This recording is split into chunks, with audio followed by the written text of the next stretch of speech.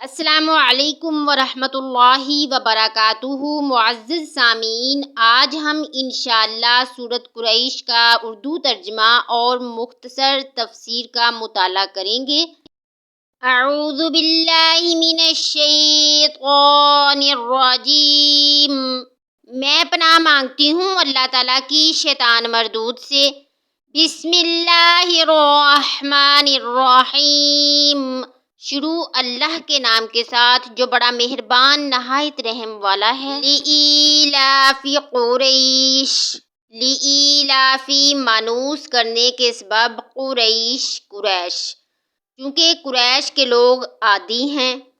ایلافہم رحلۃ الشتاء والصیف، ایلافہم ان کا مانوس کرنا، رحلۃ سفر، شتاء سردی، والصیف اور گرمی، یعنی وہ سردی اور گرمی کے موسموں میں یمن اور شام کے سفر کرنے کے عادی ہیں۔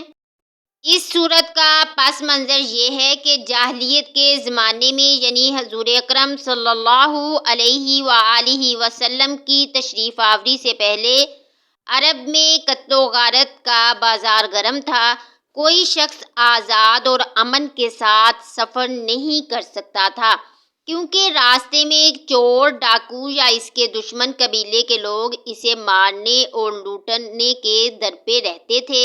لیکن قریش کا قبیلہ چونکہ بیت اللہ کے پاس رہتا تھا اور اسی قبیلے کے لوگ بیت اللہ کی خدمت کرتے تھے، اس لیے سارے عرب کے لوگ ان کی عزت کرتے تھے، اور جب وہ سفر کرتے تھے تو کوئی انہیں لوٹتا نہیں تھا۔ اس وجہ سے قریش کے لوگوں کا یہ معمول تھا کہ وہ اپنی تجارت کی خاطر سردیوں میں یمن کا سفر کرتے تھے اور گرمیوں میں شام کا سفر کرتے تھے۔ اسی تجارت سے ان کا روزگار وابستہ تھا، اور اگرچہ مکہ مکرمہ میں نہ کھیت تھے نہ باغ، لیکن انہیں سفروں کی وجہ سے وہ خوشحال زندگی گزارتے تھے۔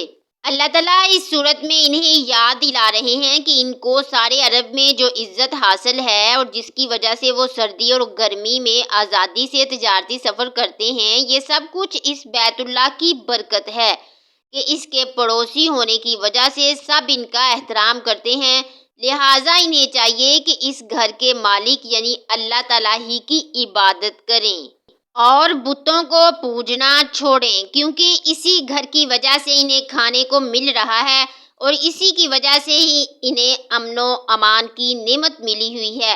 اس میں یہ سبق دیا گیا ہے کہ جس کسی شخص کو کسی دینی خصوصیت کی وجہ سے دنیا میں کوئی نعمت میسر ہو، اسے دوسروں سے زیادہ اللہ تعالیٰ کی عبادت اور اطاعت کرنی چاہیے۔